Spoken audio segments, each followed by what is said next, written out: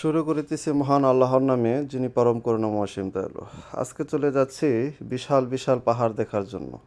Saudi আরবে আসলাম, মরুর দেশে আসলাম, পাহাড় দেখবো না সেটা কি হয়? তাই চলে যাচ্ছি আজকে।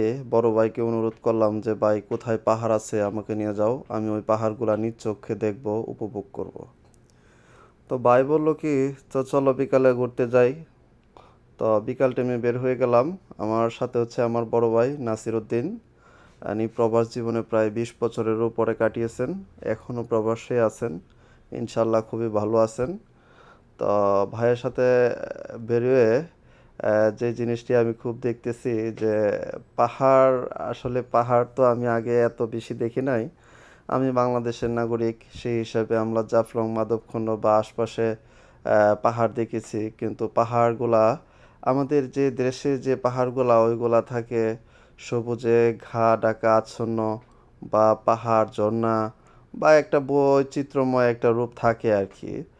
আর এখানে যে এসে যে পাহাড়টি এখন আমরা দেখতেছি বা সামনে আরও কিছু দেখব, আমার চোখ যতটুকুই যাচ্ছে, দেখেন আশপাশে যা পাহাড় দেখা যাচ্ছে, ও যদিও ক্যামেরাতে পাহাড়গুলা এমন ছোট ছোট দেখতে পাচ্ছেন, আসলে কিন্তু এগুলা ছোট না, অনেক বড় বড় পাহাড়। এটা অনেক দূর থেকে ভিডিও করতেছি, তো তাই এই কারণে এরকম দেখাচ্ছে আর কি।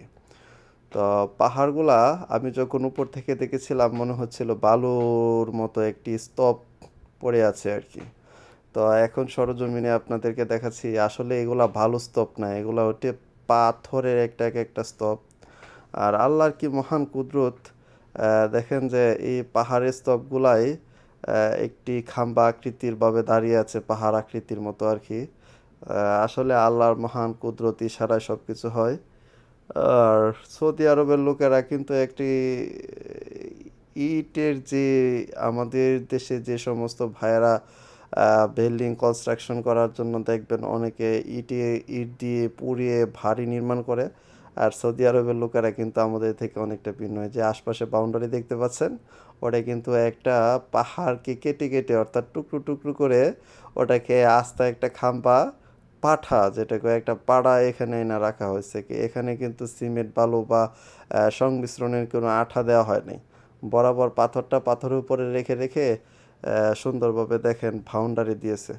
এইগুলা আসলে কি, সৌদি আরবের যারা নাকি একটু অনেক স্বাচ্ছন্দ্য পছন্দ করে, তারা অনেক সময় কী করে, তাদের দু চারটা বাসা থাকে আর কি। তো এখানে অনেক বাসা আছে আশপাশে। আমি আমার বড় ভাই যে নাসিরুদ্দিন ভাইকে জিজ্ঞেস করলাম, আমার পিছে আরেক বড় ভাই আছে, তো ওকে জিজ্ঞেস করলাম, ওরা অনেক দিন প্রবাসে আছে, যে আসলে ভাই এই বাড়িতে কে কে থাকে। তো ভাই বললো কি, এটা হচ্ছে সৌদি আরবের লোকেরা অনেক সময় এখানে এসে 1 সপ্তাহ 1 মাস থাকে, আবার চলে যায়, আবার তারা স্থান পরিবর্তন করে আর কি। সৌদি আরবের ভিতরেই যখন আপনারা মক্কাতে থাকবেন, দাম্মামে থাকবেন, তখন আপনারা কিন্তু অনেক গরম অনুভব করবেন। আর আপনারা যখন আবার মদিনাতে চলে আসবেন, মদিনার আশপাশে থাকবেন, তখন কিন্তু এতটা গরম অনুভব পাবেন না আর কি। তো আমি যে ভিডিওটি করতে এসেছি, এটা হচ্ছে রিয়াদের আশপাশে, অর্থাৎ শহর মেন সিটির আশপাশে। তো এখানে এতটা গরম নেই আর কি। যদিও গরম নেই, তারপরও বলা লাগে আমাদের দেশে থেকে তো অনেক বেশি গরম। আমাদের দেশে যেখানে গরম 30-35 উঠলে আমরা হাহাকার করি, অনেকটা ক্লান্ত হয়ে যাই। আর এই দেশে 44-45 তো থাকেই। তারপরে এই দেশে আল্লাহর একটা রহমত আছে বিদায় কি এতটা কষ্ট লাগে না আর কি। যদি কষ্ট লাগতো তাহলে কি আর মানুষ এত কষ্ট করে থাকতে পারতো? দেখেন আমার সামনে বরাবর একটি পাহাড় দেখতেছেন। পাহাড় আসলে কি, পাহাড়গুলা আল্লাহর একটা নিদর্শন আর কি। এটা কখন সৃষ্টি হয়েছে, কবে সৃষ্টি হয়েছে, বা এটা কিভাবে হয়েছে, স্বয়ং এটা আল্লাহ ভালো জানেন। এখানে যদি আমি একটু নিজের কেরেশমতি পণ্ডিতি করে বলি যে এটা এত সালে উৎপত্তি, এত সালে এটার আবিষ্কার, এটাকে কেটে ইমুক যুগে এটা করা হয়েছে, আল্লাহর উপরে নারাজ হয়ে যাব। তো আমি এরকমভাবে বলতে চাচ্ছি না, তবু একটু বলি যে এই পাহাড়গুলো আল্লাহর যতটুকু নিদর্শন, দু চোখ যেদিকে যায় ততই আল্লাহর শুকরিয়া আদায় করতে মন চায়। তো আমি যে যাচ্ছি, আর আশেপাশে আপনারা দেখতে পাচ্ছেন কোনো মানুষ কেউ নেই। অর্থাৎ সৌদি আরবের গভর্নমেন্ট সরকার এমন এমন রাস্তা তৈরি করে দিয়েছে, আপনি এমন জায়গায় যাবেন যেখানে 100-200 মাইল ভিতরে প্রবেশ করার পরেও কোনো পানি পাবেন না, কোনো লোক পাবেন না, কোনো ছায়া পাবেন না, আশপাশে কাউকে পাবেন না, শুধু পাহাড় আর পাহাড় দেখতে পাবেন। তো এই জিনিসটা কি, যারা নাকি নতুন আসে এই দেশে এতটা সাহস পায় না তারা ঘোরার জন্য, কিন্তু যারা পুরাতন দীর্ঘদিন যাবত এই দেশে আছে তারাই দেশের ভাষা সম্পর্কে বুঝে, তারাই দেশের নিয়ম কানুন আইন শৃঙ্খলা সম্পর্কে বুঝে। তাদের কাছ থেকে যদি আপনারা তাদেরকে নিয়ে যদি একটু বাইরে বের হতে চান তাহলে আপনারা মন মতো দেখতে পারবেন। তো আমি নতুন আসলাম আর কি, তো আসার পরে বিভিন্নভাবে আপনাদেরকে একটু উৎসাহিত করার জন্য বিভিন্নভাবে একটু ভিডিও বা একটু সংকেত দিয়ে থাকি আর কি, আপনাদের মধ্যে দুঃখে সুখে বিষয়টি শেয়ার করি। তো আজকে আমি চলে যাচ্ছিলাম সেই শোভাতেই, কিন্তু আপনাদেরকে দেখাবো বলে সব চলে এই জায়গাতে যাচ্ছি। তো যাওয়ার পথে পথে দেখেন শুধু পাহাড় আর পাহাড়। রাস্তার আশপাশে আবার অনেকটি সংকেত দেওয়া আছে আরবি দিয়া, যে এই রাস্তায় এত কিলোমিটার গতিতে চালাতে পারবেন। আমি পূর্বে এই 10 সেকেন্ড পূর্বে একটা সংকেত দেখলাম, 60 অর্থাৎ 60 কিলোমিটার গতিবেগের উপরে এই রাস্তায় চলাচল নিষেধ। তা আমরা অবশ্যই তার চেয়ে আরও একটু কমে চলতেছি। তো এই যে অনেকক্ষণ পরে একটা গাড়ি দেখতে পেলাম আর কি, অনেকক্ষণ পরে। আর দেখেন এই পাহাড়গুলা অনেক আরবিরা কী করে, সরকারের কাছ থেকে লিজ নেয়, অর্থাৎ লিজ নিয়ে ধরেন এটা স্কোয়ার ফিটে আকারে ভাই যেটা বললো আর কি, ওটা কিনে তারা এখান থেকে ওই পাহাড়ের পাথরগুলা সংরক্ষণ করে তারা এগুলো বিক্রি করার জন্য প্রস্তুত করে। দেখেন প্রায় আমি অনেক ভিতরে আসলাম, প্রায় 50 থেকে 70 কিলোমিটার ভিতরে আসার পরে ভিতরে একটি ক্যাম্প দেখলাম আর কি। তো ক্যাম্পে সম্ভবত এই দেশের কোনো প্রশাসন কর্মকর্তারা এখানে থাকে। তো ক্যাম্পের এখানে একটা সিগন্যাল দেওয়া ছিল যে ভাই ভিতরে প্রবেশ না করার জন্য, ওখানে একটা সিগন্যাল দিল। তা আমি কি করলাম, আমার ভিতরে না যাওয়ার জন্যই ভাইকে বললাম যে এই দেশে নতুন আসার পরে এতটা মানে উৎসাহিত উদ্দীপনার দরকার নেই। তো আল্লাহর কি কুদরত কি জানেন, যে পাহাড়ের কিন্তু এক একটা পাহাড়ের এক একটা গুণাবলী বৈশিষ্ট্য থাকে, এক একটা পাহাড়ের পাথরের গুণাবলী বৈশিষ্ট্য থাকে। এক এক জায়গার মাটি, আমাদের দেশে এঁটেল মাটি, দোআঁশ মাটি, বেলে মাটি, পলি দোআঁশ মাটি, এরকম বিভিন্ন জাতের মাটি আছে। দেখবেন এক এক জমিতে ভালো ফসল হয়, এক এক জমিতে কম ফসল হয়। এটা কিন্তু একটা দিক নির্দেশনা বলতে গেলে আল্লাহর আর কি। তো এই যে পাহাড়ের মধ্যে কিন্তু অনেক বৈচিত্র্য, অনেক বেশ কম আছে। এক একটা পাহাড়ের যখন নাকি যে পাহাড়টা একটু কালো বর্ণের আর কি, ওই পাহাড়ের পাথরটা কিন্তু একটু বেশি দামি আর কি। যে পাহাড়ের বর্ণটা একটু ভালো, অর্থাৎ দেখেন এটা এতটা ফ্রেশ পাথর না আর কি, এই পাহাড়ের পাথরগুলা এত দাম পাওয়া যাবে না। কিন্তু সৌদি আরবের অধিকাংশই পাহাড়গুলা কিন্তু এইরকম সাইজ হয়ে থাকে। এটা কিন্তু একটা ভালো। আর যখন নাকি আহ, মনে করেন সৌদি আরবে তো বৃষ্টি না হলেই মানে হয় না বললেই চলে আর কি। আমাদের দেশে তো একটা ঋতুর মৌসুম, অর্থাৎ বৃষ্টি কাদা মানে লেগেই থাকে আর কি, এটা বলাই যায়। তো এই দেশের মানুষ বৃষ্টি দেখে না, কিন্তু এই দেশের পাহাড়গুলা যে আল্লাহর কি কুদরত। দেখেন কোনো গাছ নাই, কোনো পাখি নাই, কোনো পশু নাই, কোনো মানে ঝর্ণা নাই, কোনো পানি নাই, রাস্তার আশপাশে কোনো কাউকে দেখতেও পাচ্ছি না, কিন্তু এভাবে শত শত বছর যুগের পর যুগ শতাব্দীর পর শতাব্দী আল্লাহর নিদর্শন অনুযায়ী তারা দাঁড়িয়ে আছে। আল্লাহই মহান, আল্লাহর সৃষ্টি আল্লাহই ভালো জানেন। আল্লাহ কি কারণে এত কিছু আল্লাহ সৃষ্টি করে রেখেছেন।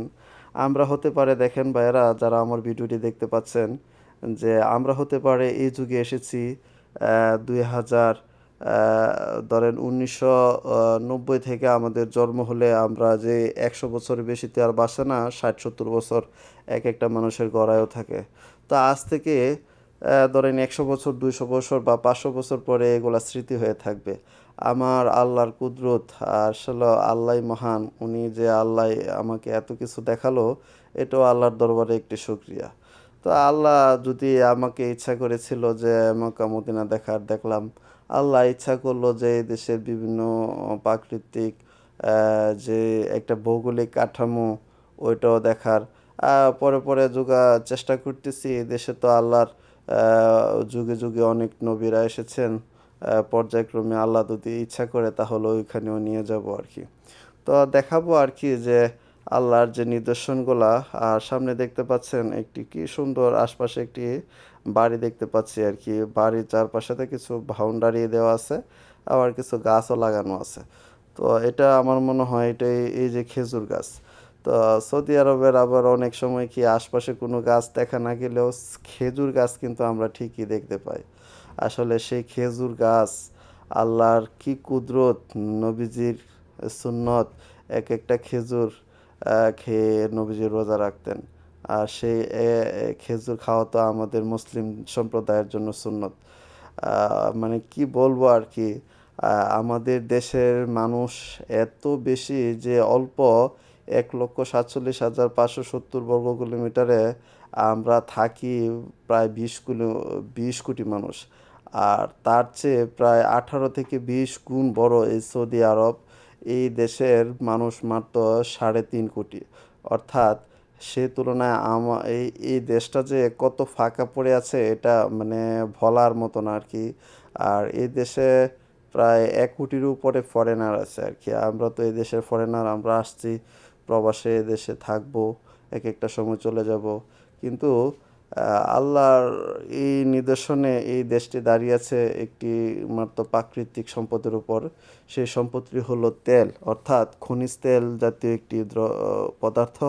এই পদার্থের উপর ভর করে এই দেশটি তাদের রিজার্ভ টাকা এত বিলিয়ন বিলিয়ন ছড়িয়েছে, যা বহির্বিশ্বে ৮-১০টা দেশ থেকে যদি স্কোর লেভেল ধরা হয় তাহলে এই সৌদি আরবের নামটা আসে আর কি। তো এই সৌদি আরবের যে তেলের খনি, যে তেলের যে বিশাল মহাভাণ্ডার, এটা অবশ্যই সারা ওয়ার্ল্ডের মানুষ এটা খুব ভালো করে জানে।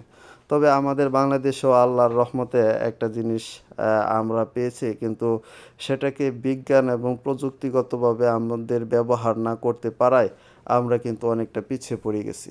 সেই জিনিসটি অবশ্যই কি আপনারা জেনে রাখেন, সেই জিনিসটি হচ্ছে প্রাকৃতিক গ্যাস। অর্থাৎ সৌদি আরবে দেখবেন অনেক রাস্তার নিচে আর কি, যেখানে আশপাশে কিন্তু এখানে পাম্প, কূপ বা এরকম কোনো কিছু নেই যে এখান থেকে মোটরের সালমা বা আরএফএল গাজী মোটর দিয়ে পানি উত্তোলন করতেছে।